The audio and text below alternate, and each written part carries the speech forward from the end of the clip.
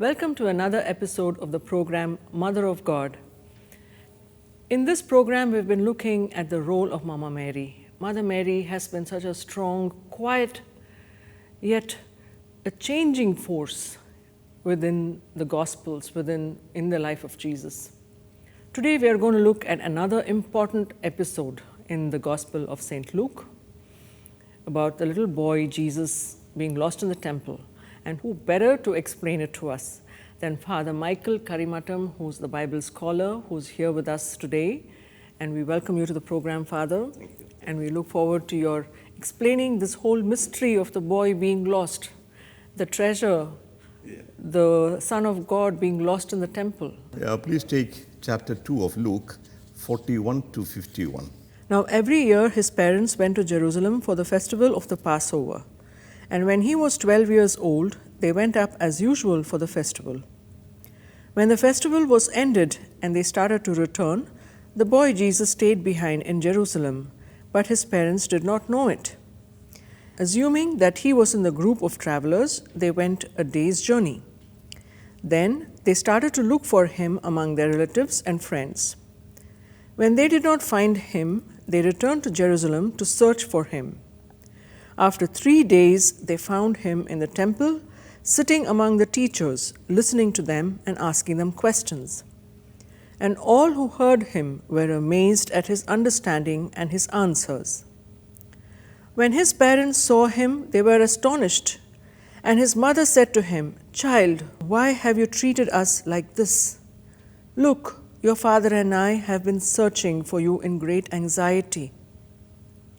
He said to them, "Why were you searching for me? Did you not know that I must be in my Father's house?" But they did not understand what he said to them. Then he went down with them and came to Nazareth and was obedient to them.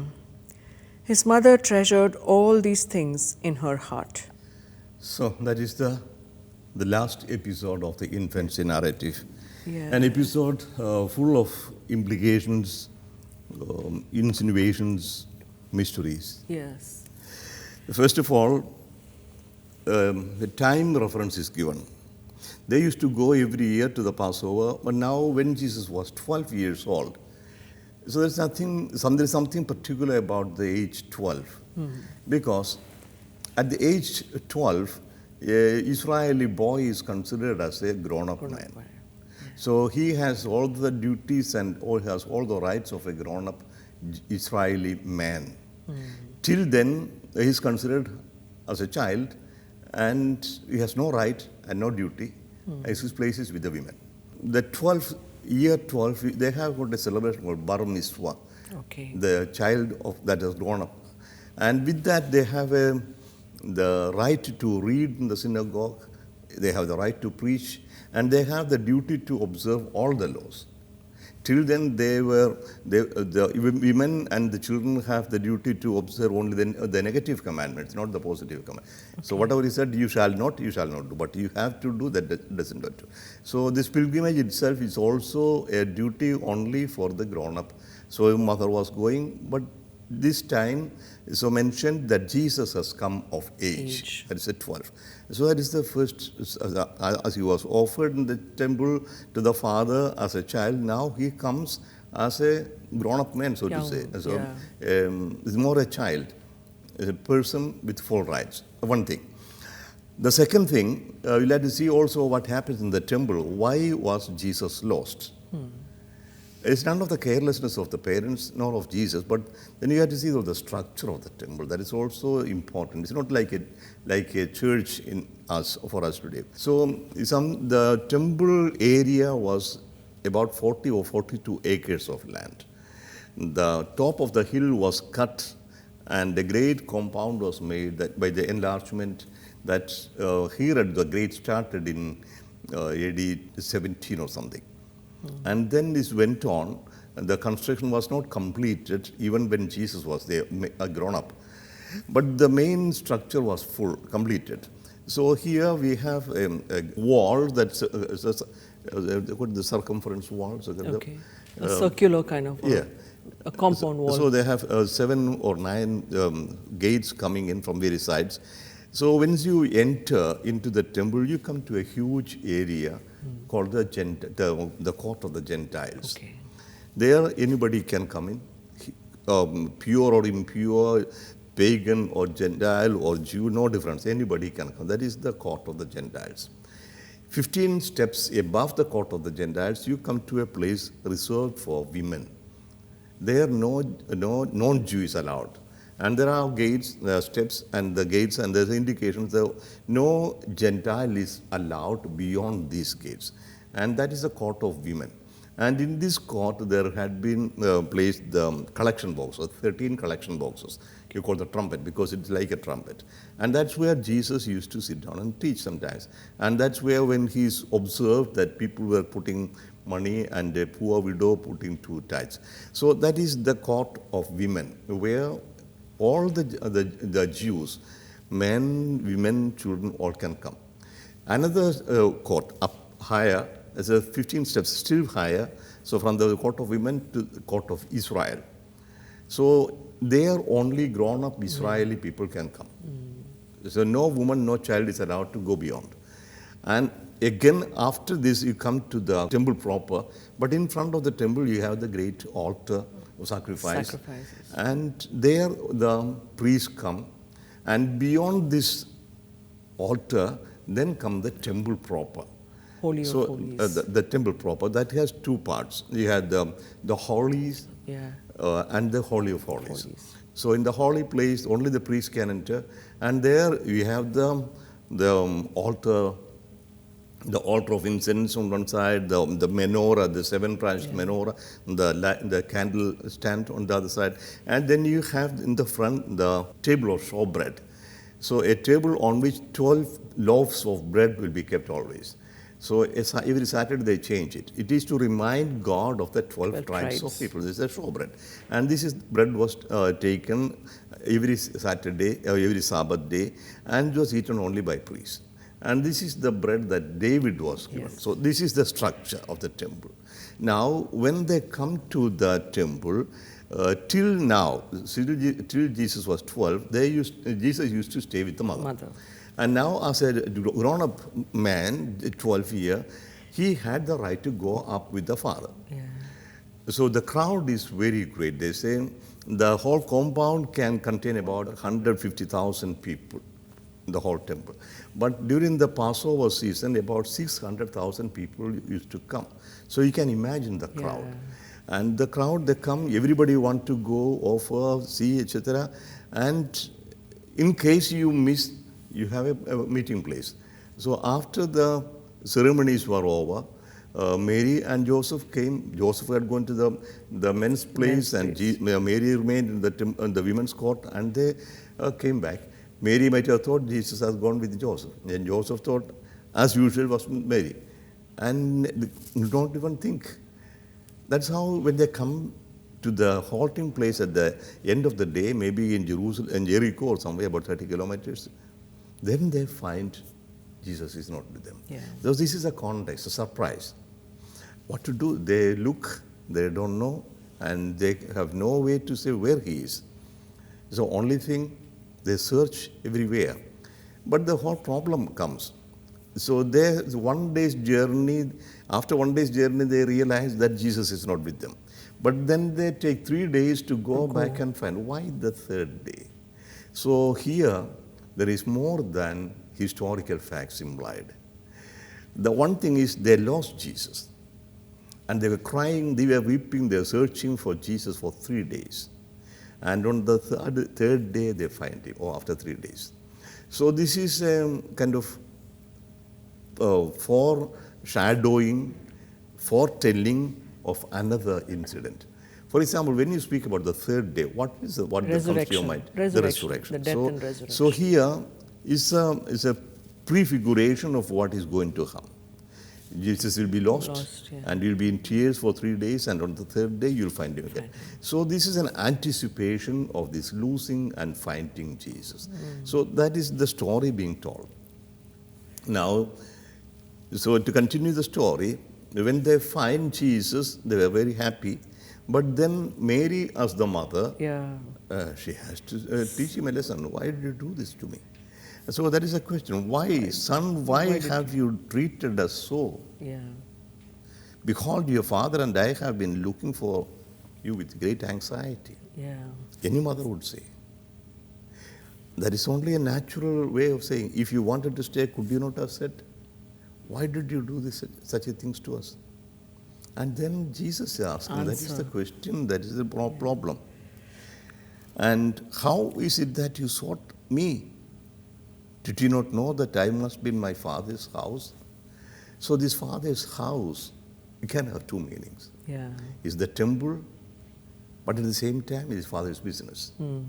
So here comes a time when Jesus is asserting his own independence and the role the father has entrusted to him. Now the mother is made to realize that he is, and this is a response to Mary's question, your father and I.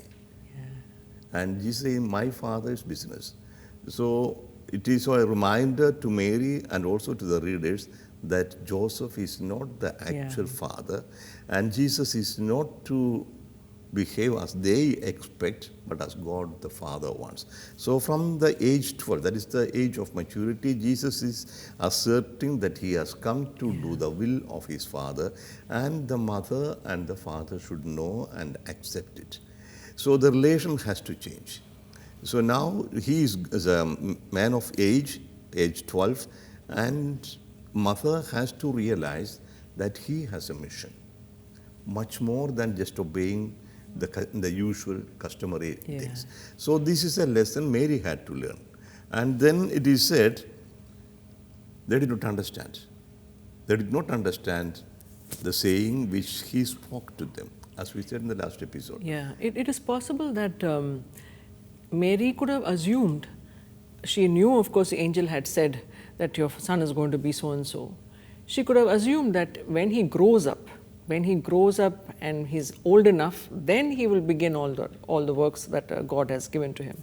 But for her at that 12-year-old to be actually given that truth when Jesus told her that, it must have shaken her inside or must have really rattled her a lot. What is shaken is more that she lost him. And now she realizes that gradually she loses him Totally. Yeah. So that is the beginning. That's why she could not understand. And she has to say, why did you search me? Any mother would say, who else will search for you? Yes. You're my child. But at the same time, this distancing. Yeah. So I have a duty entrusted with my father. And Jesus is asserting. And Mary does not really understand it. It takes time. And then it said, and his mother kept all these things in her heart. As we have already seen in another episode. That Mary was pondering. With the shepherds. Yes. But Mary kept all these things, pondering them in her heart, in 2:19. Yes. So this is a meditation on the words of Jesus, on her role, etc. Now, this is what we see with Mary. But what do we learn from this?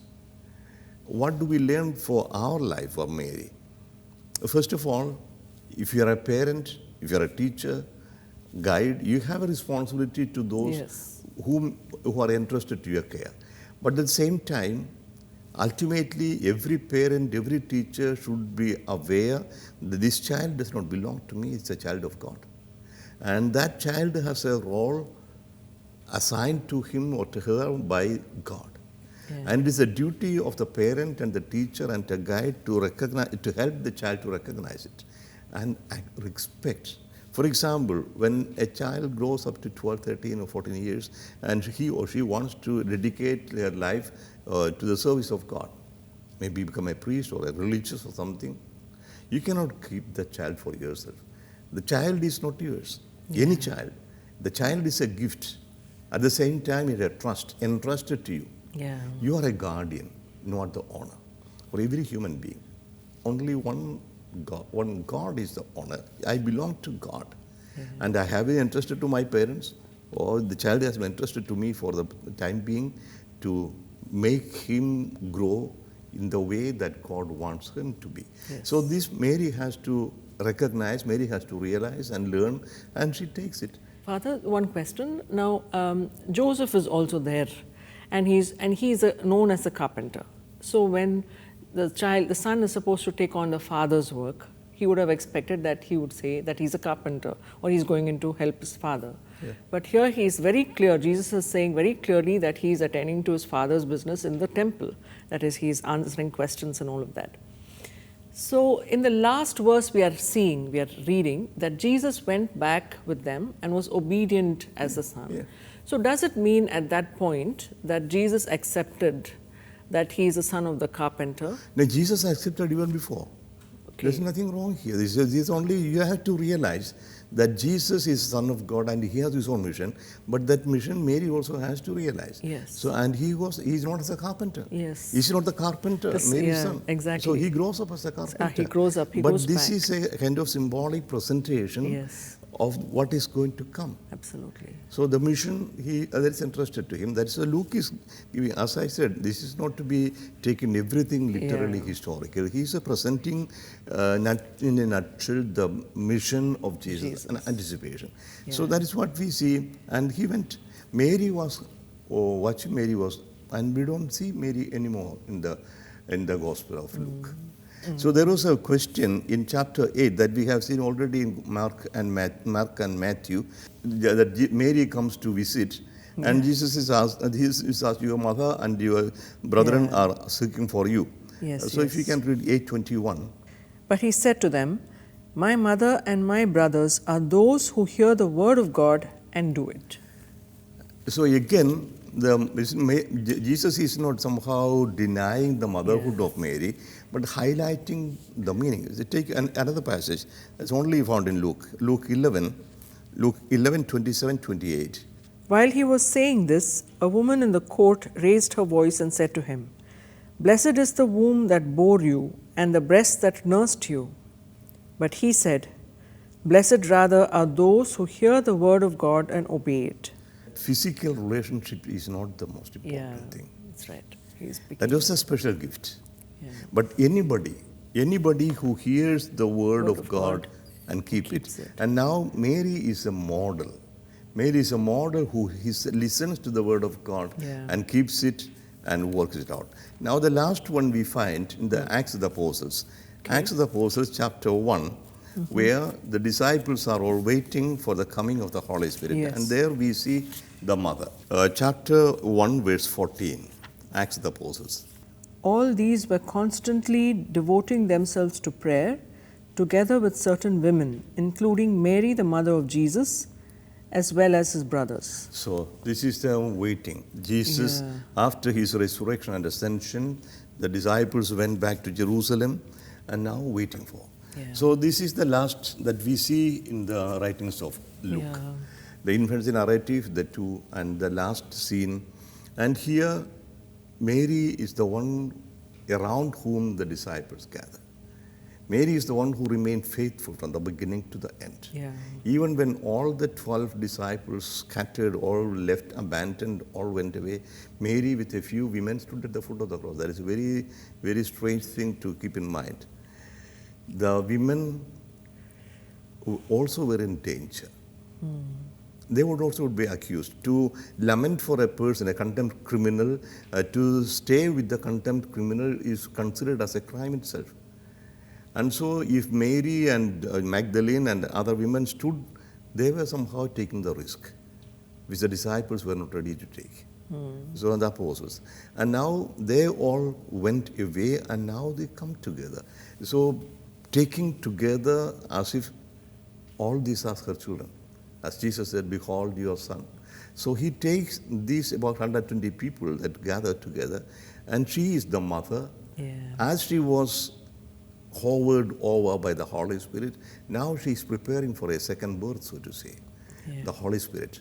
The Spirit of the Lord will come upon you, and the one whom you can see will be called the Son of God. As the Holy Spirit was hovering over the darkness in the beginning of creation, the Holy Spirit who came on Mary, the moment of conception, is now coming with Mary preparing. So we see how Luke is comparing. The Spirit of the Lord will come upon me, and the power of the Most High will overshadow you. That's what he said. That is the beginning of the story. And now the next story, the next step begins, the story of the church. That was a story of Jesus, and here is a story of the church. Similar. And the first beginning, the very beginning of the creation, also the Spirit. The three episodes they take together. The Spirit hovering over the darkness and where the creation, the form comes up. The Holy Spirit hovering over the Virgin Mary, and Jesus is being born. And here, a crowd of disciples who were afraid, and they come for the Holy Spirit, and Mary is here. So Mary, the mother, so Jesus said, behold your mother, behold your son. So she has taken to herself all these faithless or cowards, people who had abandoned her son. Yeah. And she brings them all together, accept them as her own sons and daughters. And here they are waiting for the Holy Spirit. So that's how Luke presents Mary. And with that, the picture of Mary ends. We don't find in the Gospel of Luke or Acts of the Apostles, Mary is no more present. So it's something, her duty was to bring forth Jesus to the world. Yeah. And now the Holy Spirit comes upon the disciples, and they are filled with the Spirit, and Mary can just disappear, vanish. So when we take the whole picture of the Gospel of Luke, it's such a beautiful picture. A young girl who surrendered herself, not knowing to what. One thing remained to her. Behold the handmaid of the Lord.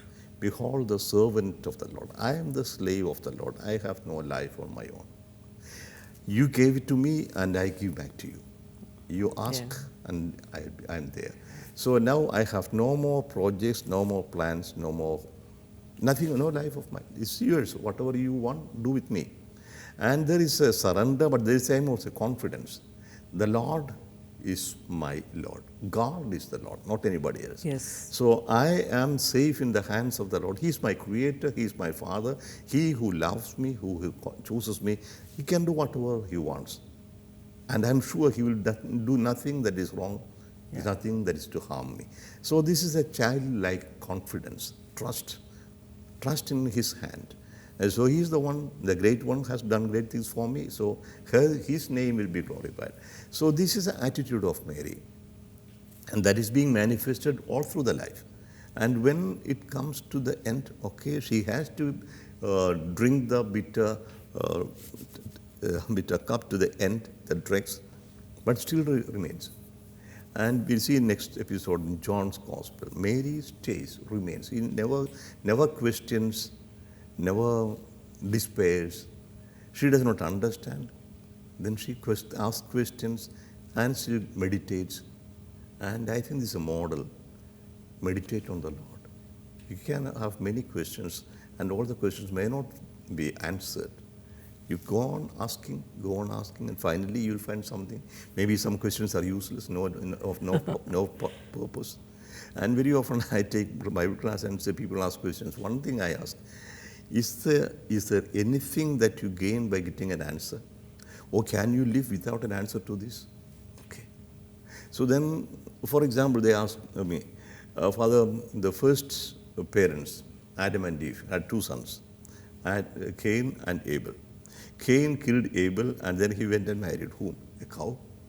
We don't know. So what does it matter? Anyhow, he married and he grew up and then something. Is it that important to know who the wife of Cain is? More important is to know who Cain is. It can be you, it can be me. The one who hates his brother is Cain. So this becomes a symbol. So not all the questions you may find answer, but at the same time, keep on asking. And what is important, you will receive. Yeah. So Mary is a model here of listening, of praying, obeying. Praise the Lord. Thank you, Father. Thank you again for this very meaningful episode. You kind of concluded this great Gospel of Luke.